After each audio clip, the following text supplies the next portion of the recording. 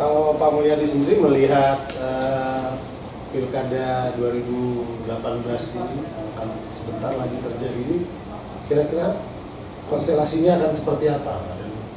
Ya, pertama itu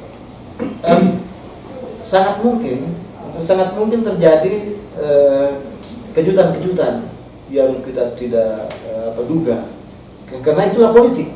Politik itu penuh kejutan, ya, penuh kejutan, penuh penuh keajaiban-keajaiban yang kita tidak pernah pikir sebelumnya. Misalnya, sangat mungkin misalnya yang tadinya Partai Hanura kita anggap partai yang urutan kesekian, tiba-tiba bisa menjadi partai yang yang menjadi menjadi pusat perhatian. Saya tidak mengatakan bahwa partai pemenang, gitu, karena itu bisa saja nanti banyak yang menyangka saya. Tapi saya bisa mengatakan bahwa ketika partai lain redup dan ada upaya di dalamnya untuk tampil, maka saya bisa mengatakan bahwa besok sangat mungkin terjadi kejutan-kejutan. Kita bisa mengatakan tadinya kita berharap Golkar misalnya, PDIP, justru ya namanya politik bisa saja di luar dugaan.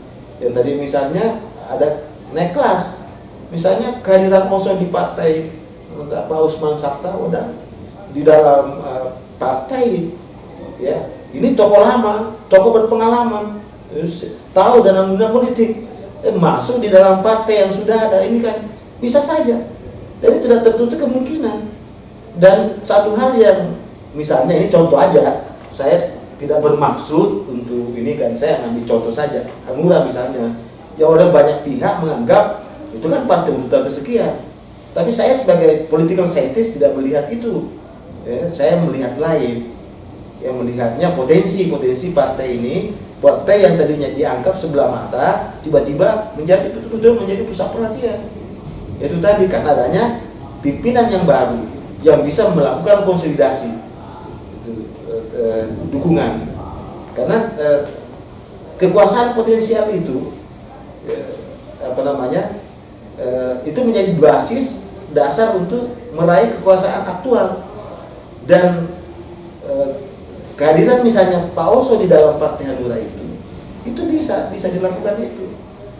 Dan yang satu hal misalnya itu Partai Demokrat itu kan ada pemberontakan partisan, pernah terjadi di situ, ada beberapa tokohnya melakukan pemberontakan partisan. Itu disebabkan karena tokoh di atasnya, elit